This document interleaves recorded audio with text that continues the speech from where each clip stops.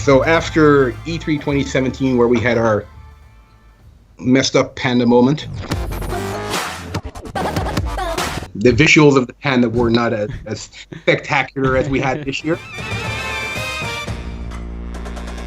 It's a show. I mean, you can do a product presentation where you indeed bullet points and game X, Y, Z, buy it now, whatever. Or you can make it into something that people actually want to watch and rewatch because it's fun and it's entertaining. You were just listening to Leon Winkler, the director of international events at Ubisoft, talking about what he calls his redemption of the panda arc. We'll get back onto that later on. It's his job, along with a team of 4, sometimes 5 people, to organise the company's annual E3 conference. And that is a responsibility which can weigh pretty heavily at times. A few million people are expected to tune in and watch the show live each year, and what those people think can have very real implications for both the games and the developers that appear on stage.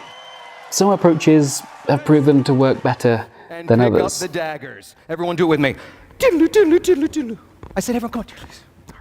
According to Leon, a good conference isn't just about what games you have to show, although that does tend to help quite a bit. It's also about how you choose to show them.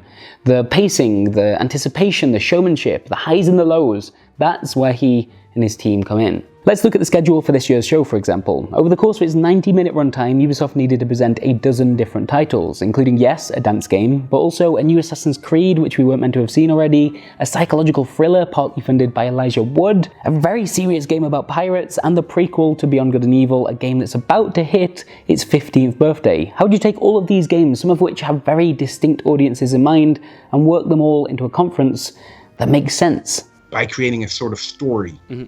By tying all these different titles that might not have that much to do together, trying to tie them together into this, we call it fil rouge, this red line of our show. Fil rouge, I really like this phrase. As Leon said, it translates into English directly as red line or red string, but its meaning is actually closer to how we use the words common thread, the idea or the theme which can form a connection between two separate things. It's interesting to try and spot the fil rouge as you watch this year's conference. I'm told it's the reason why, after revealing the new community-made content drive for Beyond Good and Evil 2, it's then a community manager and not a producer or a creative director that comes out to talk about Rainbow Six Siege and its players. It's a way of linking those two games when they really don't have all that much in common. Although, as Annie pointed out, 8 of the 12 games on stage involved either shooting or stabbing things, so maybe that's the true fil rouge here. My god, is that just video games? Moving on, let's talk about how you open a conference. I asked Leon when he realised that the team should begin this year's show with Just Dance, and he told me that conversation had actually started, as it usually does, at the previous year's E3. Just Dance is always a very interesting topic. It's always a very interesting game because it's a game that doesn't per se speak to the core gamers. So the discussion with that title always is how do we showcase this to the audience that is lukewarm to receiving a Just Dance performance. The year before this one had been Leon's first show as director, and although it had been a hit, thanks partly to a crying Italian man with a heart of gold, he does have one regret from, well, the Just Dance performance. This shaggy-looking panda dabbing its way off stage. That idea of like redeeming the panda stuck in my head for like a few weeks, and then somehow I think it was like on the Vice YouTube channel, I saw this documentary about Southern marching bands based out of New Orleans. And I was like, oh, that's pretty cool. That's kind of cool. And it would work really well with like if you would have like a marching band, like a Just Dance kind of parade. And so his team begins storyboarding a basic version of what this could look like. To get the go-ahead, they'll need to convince a whole bunch of different parts of the Ubisoft machine, including the Just Dance developers themselves, but also marketing and then management. But that's not a decision that can be made in isolation. If Just Dance is going to open the conference, okay, then what follows it? And why? Where's that fil rouge? It's at this point that a plan for the entire show starts being pieced together, and that's a very basic process to begin with. They'll grab trailers, screenshots, gameplay, any kind of assets for each of the various titles and start placing them next to each other to start a discussion about what works next to what. The follow-up after Just Dance for me was very simple, because last year we ended with 2017, we ended with BGE 2. It's like, okay, we need to start with BGE 2 as well.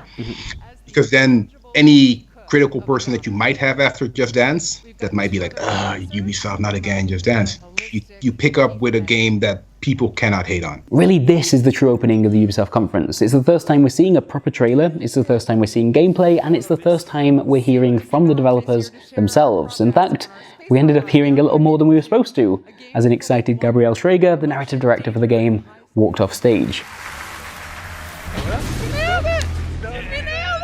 I spoke to Gabrielle about that moment, and apparently she only found out it had happened later on that day as she received a text from her nephew who'd been watching, and she was mortified. But she needn't have been, because for many of us, it was a highlight of the entire conference, a peek behind the curtain, and a reminder that these people on stage were, yes, people. And yes, she was nervous, and yes, there was like an excitement or like a relief when she got off stage. Yep. And then thank the Lord he didn't say anything that would have been controversial.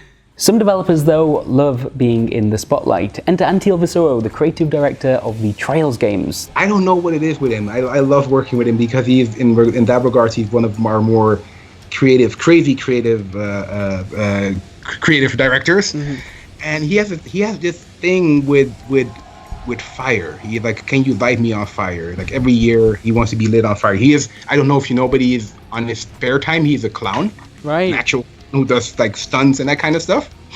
So he always tries to implement stunts and can I be dropped from the ceiling? Can I be like shot with a cannon? It's like, no, Auntie, let's tone it down a little bit. We don't want to have that kind of controversy at our conference. It's only over the last 2 years that Ubisoft has shifted away from hiring celebrities to host their conferences and put the emphasis entirely on the people that create their games, which is a tricky thing to pull off. Not every developer is going to have great stage presence. In fact, many of them don't. But the plus side is there's a good chance they care more about their work than pretty much anyone you can hire to represent it on their behalf. Grant Kirkhope, the composer for Mario Rabbids, who you can see here conducting a medley for the game's Donkey Kong expansion, told me how he spent weeks worrying about getting this sequence just right. Now, he's played plenty of gigs throughout his career, but it's not often you're asked to perform in front of a live stream audience of somewhere between 2 and 3 million people. In his own words, if they think you're a knobhead, they'll probably let you know. Actually, while we're here, I've got a little anecdote about that performance. Before it starts, you might remember there was a producer from the Mario Rabbids team who introduces the band, and if you listen closely during this bit, you can hear a high-pitched beep every few seconds in the background. It sounds like it might be a part of the ambient jungle noise, but it isn't. Listen. Of the Donkey Kong adventure, and what better with music than with Grant Kirkhope, our composer. That noise was actually the metronome which was supposed to be playing in Grant's earpiece during the set to help him keep time as he's conducting.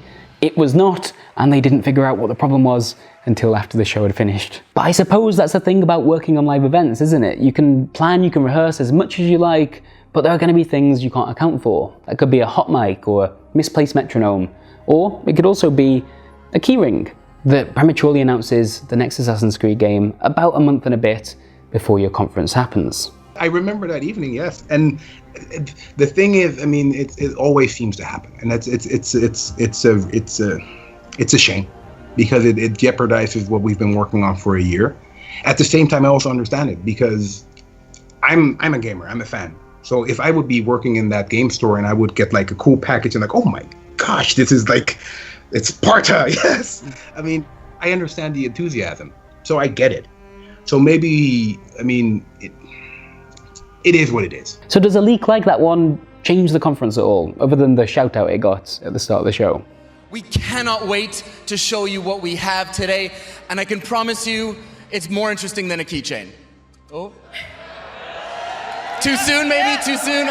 The answer, I'm told, is no, and in fact, it really would take a lot to change the conference at this stage. About a week or two before that leak happened, the final schedule for the show was locked in place. Leon told me that in his experience, there's never been a huge shake-up with one of their conferences because the developers need so much time to get the assets ready in the first place. At least half a year, maybe more, to get anything substantial ready for the show.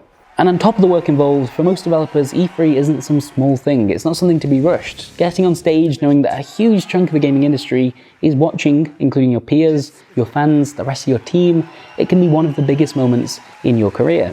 E3 is like this huge milestone for them. It's something that also motivates the teams for them to be there and show their title for the first time to an audience that is hopefully positive, hopefully received it positively. So for them, it's they actually really want to be there. Listen, I enjoy the snark surrounding E3 as much as anyone else. I think it's fun, and I think it's also quite useful to point out that these conferences are over the top and also don't usually represent every type of video game or every type of video game player. But you know what? As I watched Gabriel Schrager walk off stage and then immediately celebrate, I felt so much empathy for that person. Imagine having stood there next to Joseph Gordon-Levitt in front of millions of people representing a game that was first rumoured to be in development 11 years ago. What would that even feel like? Well, a bit like this, I suppose. Nailed it! We nailed it!